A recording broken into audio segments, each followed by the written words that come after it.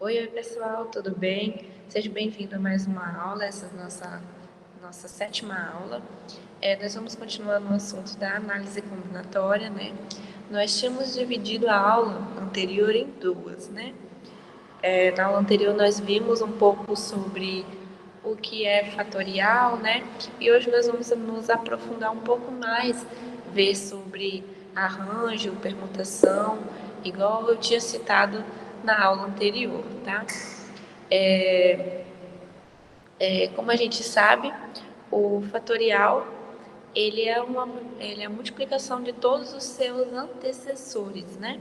Então, por exemplo, nós temos um número 5, então nós vamos multiplicar ele por todos os números anteriores a ele, que seriam 4, 3, o 2 e o 1, né?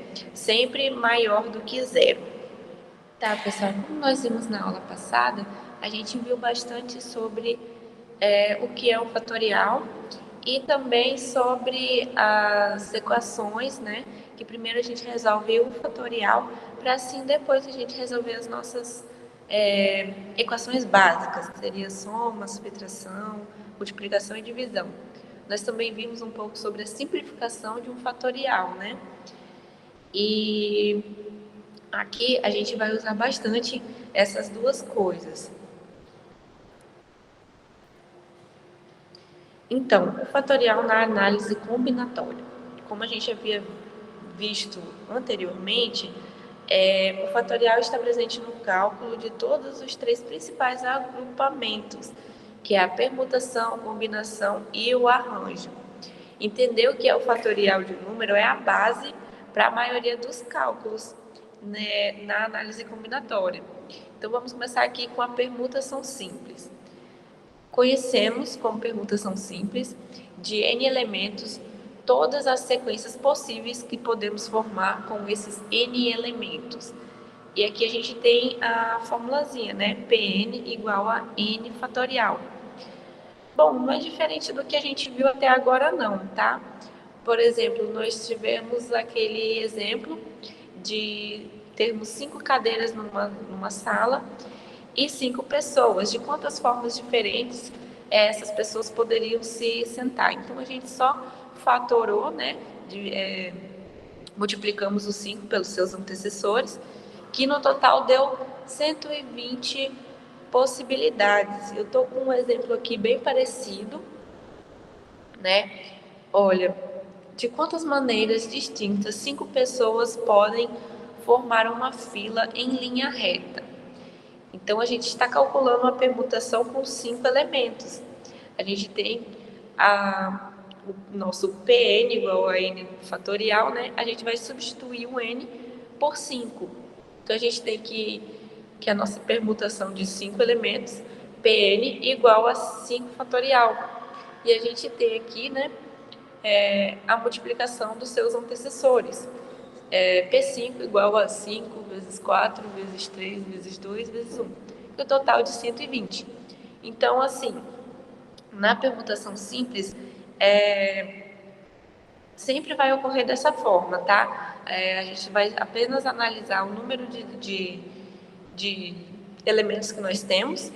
Pode ser 5, 6, 7, infinitos números, e a gente só vai multiplicá-los pelos seus antecessores, igual nós estamos vendo nesse exemplinho aqui embaixo, né?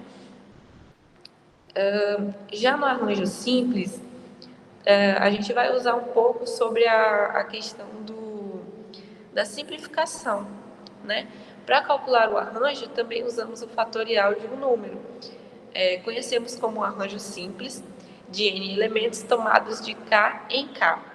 Todas as sequências possíveis que podemos formar com K, elementos escolhidos entre N outros elementos do conjunto, sendo que N sempre maior do que K. Para calcular a quantidade de arranjo, utilizamos essa fórmula aqui abaixo, que é o A de arranjo, N, K, no caso porque o nosso N está na frente, porque ele é maior do que K, igual a N fatorial dividido por N menos K fatorial, né? Vamos ver um exemplo para ficar mais fácil da gente entender o que seria esse arranjo. Tá ok, pessoal? Então, aqui um exemplozinho bem fácil para a gente só entender um pouco sobre o que é o arranjo simples, né? Então, vamos lá. Quantos números de dois algarismos diferentes podemos escrever com os algarismos de 1 a 9? Então, a gente tem aqui nove algarismos para a gente escrever um número. A gente já tem o nosso K, se é que vocês puderam perceber aqui. A gente tem um número e esse número necessariamente ele tem que ter dois algarismos. Então, esse 2 será o nosso K. E o nosso N vai ser a quantidade de algarismos que nós temos, né? Na quantidade de elementos. Então, aqui no caso, o nosso N é 9. Então, substituindo isso na fórmula, a gente tem que A de 9 elementos com K igual a 2, nós temos que 9 fatorial dividido para 9 menos 2 fatorial. A gente só vai subtrair primeiro o que está entre parênteses e depois dividir ele, né? Então, a gente tem que 9 menos 2 é 7. E aí a gente vai usar aquele termozinho de cortar, né? Nós vamos simplificar a nossa conta. Então, a gente só vai fatorar até o 7, porque a gente já tem o 7 ali embaixo, no nosso divisor, né? Então, a gente tem que 9 vezes 8 vezes 7. A gente simplifica 7 com 7, e daí nós vamos ter apenas o 9 vezes 8. Simplificamos e facilitou muito a nossa conta. E aqui é só a gente multiplicar, que a gente tem que 9 vezes 8 é igual a 72, né? Então, nós temos aqui a combinação simples, não é muito diferente do que a gente já viu, né? Então, ela também é calculada utilizando o fatorial, dado o conjunto N de N elementos, definido como combinação todos os conjuntos não ordenados que podemos formar com K elementos em que N maior do que K. Na fórmula da combinação simples, a gente tem aqui que C de combinação, N do número de elementos que a gente tem já definido, K é o número já que a gente vai ver que a gente vai precisar formar, né? Igual a gente viu no exemplo anterior, né? A gente precisava formar um número com dois algarismos. Então, aqui a gente tem N fatorial dividido para K fatorial vezes N fatorial menos K fatorial. Então, é muito simples. A gente vai substituir os números que a gente tem na nossa questãozinha. E aí, a gente vai primeiro subtrair isso aqui. E depois, a gente vai fatorar, né? E por último, a gente multiplica e divide. Igual a gente viu que primeiro a gente fatora e depois a gente faz as nossas operações básicas. Tá, então vamos ver aqui um exemplo para clarear um pouco melhor a nossa mente, né? Em uma escola, dos 8 classificados para o PMEP, 2 serão premiados por um sorteio realizado pela instituição. Os sorteados receberão uma cesta de café da manhã. De quantas maneiras distintas a dupla premiada pode ocorrer? Então, de quantas formas possíveis essa dupla pode sair, né, no sorteio?